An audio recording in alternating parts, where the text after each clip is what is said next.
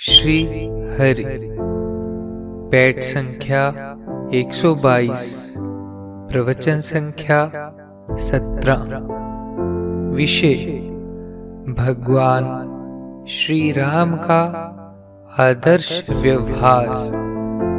ईश्वर में, शास्त्रों में और महात्माओं में जो श्रद्धा है वह कल्याण करने वाली है। स्त्री की पति में स्वाभाविक श्रद्धा हो, पति में पत्नी की जो श्रद्धा हो वह शास्त्रजा श्रद्धा है। माता पिता में बालक की जो श्रद्धा है वह स्वाभाविक भी है और शास्त्रजा भी है। श्रद्धा की पराकाष्ठा क्या है? प्रेम अनिर्वचनीय है, उसका स्वरूप कोई वर्णन नहीं कर सकता। गूंगा आदमी जैसे बोल नहीं सकता, इसी प्रकार प्रेम का स्वरूप भी ऐसा ही है। फिर भी जहां तक बता सकें बतलाया जाता है। प्रेमी प्रेमास्पद के वियोग को सह नहीं सके, विरह में परम व्याकुलता हो, संयोग में आह्लाद हो। इससे भी ज्यादा प्रेम हो तो प्रेमी का वियोग सह नहीं सके। वियोग में प्राण नहीं रहे, मृत्यु हो जावे। श्रद्धा जो हो वह बहुत उच्च कोटि की श्रद्धा हो। श्रद्धेय के आज्ञा के पालन के ही परायण हो जाएं। इससे भी उच्च कोटि की श्रद्धा है उनके इशारे के माफिक नाचना। जिस प्रकार कठपुतली को सूत्रधार जिस प्रकार नचावे नाचे, वह तो जड़ है, यह चेतन है। इसे नचाना नहीं पड़े, उसके संकेत के माफिक ही नाचे। इससे भी ज्यादा हो तो उसके मन के माफिक, उसकी छाया के माफिक। उससे भी ज्यादा हो तो उसके मन के अनुकूल ही उसका मन हो जाए। जब लड़के की शादी होती है तो जिस कन्या के साथ शादी होती है उसे पत्नी के रूप में स्वीकार करता है, तब यही आशीर्वाद देता है कि मेरे मन के अनुकूल तेरा मन हो जाए। यदि कहो पता क्या लगेगा उसका मन कैसा है, बाहर की क्रिया का तो पता लग जाएगा, किंतु मन की बात का तो बाहर क्या पता लगेगा। जो आदमी सेवक होता है उसे मालिक के मन का पता लग जाता है। पत्नी को पति के मन का, बालक को माता पिता के मन का मालूम हो जाता है। फिर जो ईश्वर है, महात्मा है, उनके मन का भक्त को मालूम हो जाना क्या कठिन है। जो मूक चांडाल था उसे माता पिता की ही नहीं दूसरे के मन की बात का भी पता लग जाता। शैब्या पतिव्रता के बारे की भी यही बात है। बात यह दिखलाई है कि इस प्रकार की बात शास्त्रों में देखने में आती है यह बहुत दूर की बात, आरंभ की नहीं। आरंभ में तो उसके हुक्म के माफिक चलना ही बड़ी बात है। जब श्रद्धा नहीं होती तब तो उनके वचनों के विरोध की बात तक पैदा होती है। यह मनुष्य का स्वभाव है। किसी भाई को यह कहा जाए कि यह काम तुम कर लोगे क्या, तब तो वह कर लेगा। यदि उसे कहा जाए कि यह कर लो, तो नहीं करने की बहानेबाजी करेगा।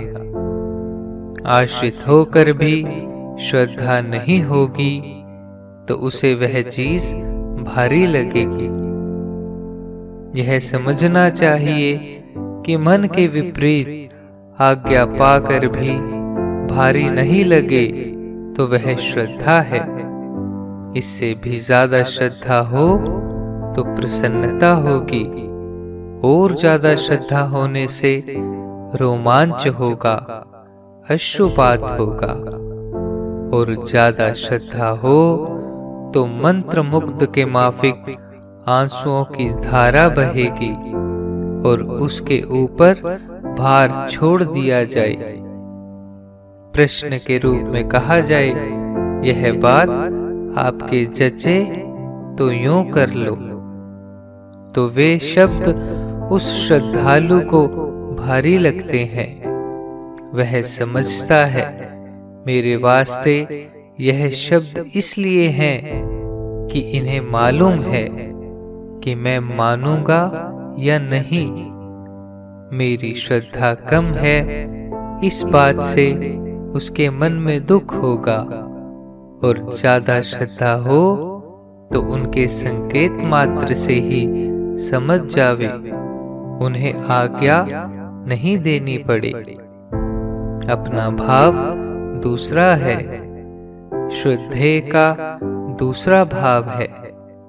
जिस वक्त यह बात समझ में आ गई, उसी समय अपना भाव बदल जाएगा। चाहे मन के कितना ही विपरीत हो, श्रद्धे की धारणा ही ठीक प्रतीत होगी। अपनी धारणा गलत समझी जाएगी।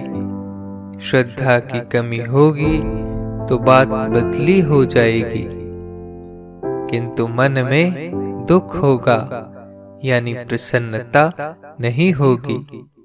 और कम श्रद्धा होगी तो सवाल जवाब करेगा। बिल्कुल श्रद्धा नहीं होगी तो मानेगा ही नहीं। विरोध करता है तो विपरीत श्रद्धा है। प्रसन्नता से करे वह ज्यादा श्रद्धा है। जितनी ही प्रसन्नता होगी, प्रेम का प्रादुर्भाव होगा, उतनी ही श्रद्धा ज्यादा समझी जाएगी। यह है श्रद्धा का तत्व।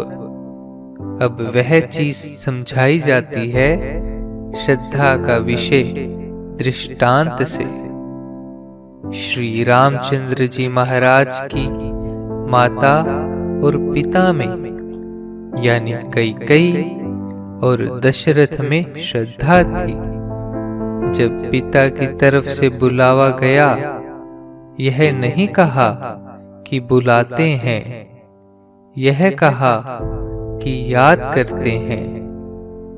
ऐसा सुनते हैं कि जिस अवस्था में रामचंद्र जी महाराज थे, उसी अवस्था में चले आए। कपड़े पहनने का काम नहीं, उसी समय जो बुलाने गए उनके साथ में आ गए। कैसा व्यवहार है। पिता का संकेत पाने का साथ रामचंद्र जी का आना। आकर के भी जब पिता को उदास देखते हैं, यूं तो भगवान मनुष्य की लीला करते हैं, सब जानते ही हैं। फिर भी मनुष्य की लीला करते हुए आश्चर्ययुक्त होकर माता से पूछते हैं, पिताजी आज प्रसन्न क्यों नहीं है। माता से इसलिए पूछते हैं कि माता से तो कोई बात छिपी नहीं है। पूछते हैं क्या मेरे से कोई अपराध तो नहीं बन गया है। बात दूसरी है, उनका उदासपना रामचंद्र जी के प्रति तो है नहीं कि कई पर है। सबसे बढ़कर प्रेम तो कई पर रहता है, उसी पर नाराज हैं। यह अनुमान कैसे किया जा सकता है। इसलिए पूछते हैं क्या मेरे से अपराध हो गया है। कई कहती है नहीं, तुम्हारा अपराध नहीं है। अच्छे से अच्छे पुरुष को किस प्रकार व्यवहार करना चाहिए, यह बात भगवान दिखा रहे हैं। अपना अपराध स्वीकार कर रहे हैं। नहीं तो माता जी से पूछ सकते थे, माता क्या तेरा कोई अपराध है। तब कैकेयी ने बताया, मैंने 2 वरदान मांगे, तुमको वनवास और भरत को राजगद्दी। इसलिए महाराज दुखी हैं कि तेरे को वनवास न हो। वहां भगवान राम कहते हैं कि मेरे लिए यह बात है तो मेरी श्रद्धा की कमी है। बात तो यह थी कि कैकेयी के कठोर व्यवहार पर दशरथ जी उसे सह नहीं सके। दशरथ जी के हृदय में यह बात नहीं थी कि राम मेरी आज्ञा का पालन नहीं करेंगे, किंतु कैकेयी यह व्यवहार कर रही है, इसलिए दशरथ जी दुखी हैं। वास्तव में तो तुमको वन में भेजने की उनकी इच्छा नहीं है। तब रामचंद्र जी महाराज कहते हैं, इसमें संकोच करना ही नहीं चाहिए। इसमें तो मेरा सब प्रकार से कल्याण है। वन में ऋषियों का मिलन, पिताजी की आज्ञा का पालन, माता की सम्मति और भाई भरत को राजगद्दी, इससे बढ़कर सौभाग्य की बात और क्या होगी। आप समझो, माता पिता की आज्ञा का पालन करने से मुझे कितनी प्रसन्नता होती है। जब मुझे प्रसन्नता है तब पिताजी को संकोच नहीं करना चाहिए। वन में मुनियों का मिलन, यह सब कितनी प्रकार से मंगल की बात है। यहाँ समझना चाहिए, रामचंद्र जी को पिताजी ने आज्ञा नहीं दी कि तुम वन चले आओ। मन का भाव जाना कि तुम वन चले जाओ। मन का भाव जाना, मन से भी जाने की आज्ञा नहीं दी, वचन में बंध गई। दशरथ जी के मन की प्रसन्नता राम जी के वन में न जाने में है। यदि कहें कि तू मत जा तो वचन दे चुके, सो उसमें आपत्ति आती है। जाने के लिए कहा कैसे जाए। किंतु रामचंद्र जी महाराज सोचते हैं, यह तो मेरे लिए बड़े ही आनंद की बात है। कैकेयी का वचन था कि आज यदि राम वन में नहीं जाए तो मैं प्राण त्याग कर दूंगी। यह बात रामचंद्र जी को मालूम ही नहीं थी। उन्हें मालूम होता तो वे शायद माता कौशल्या आदि से भी नहीं मिलते। भगवान राम ने माता कौशल्या को आकर यह बात सुनाई। माता ने राज तिलक की तैयारी कर रखी थी।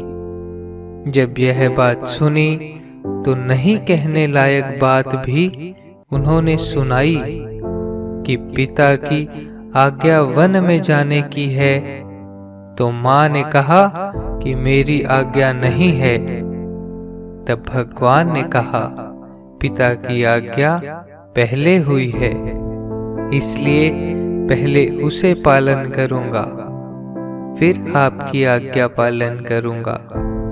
उस समय माता कहती हैं कि तुम मेरी आज्ञा का पालन नहीं करोगे तो तुम्हें पाप लगेगा। तब भगवान राम ने कहा, मुझे पाप नहीं लग सकता, क्योंकि मैं पिता की आज्ञा का पालन कर रहा हूँ। पिता की आज्ञा न पालन करने की मेरे में शक्ति नहीं है। मैं सीता का त्याग कर सकता हूँ, अग्नि में प्रवेश कर सकता हूँ, प्राणों का त्याग कर सकता हूँ, किंतु पिता की आज्ञा पालन न करने की शक्ति मेरे में नहीं है।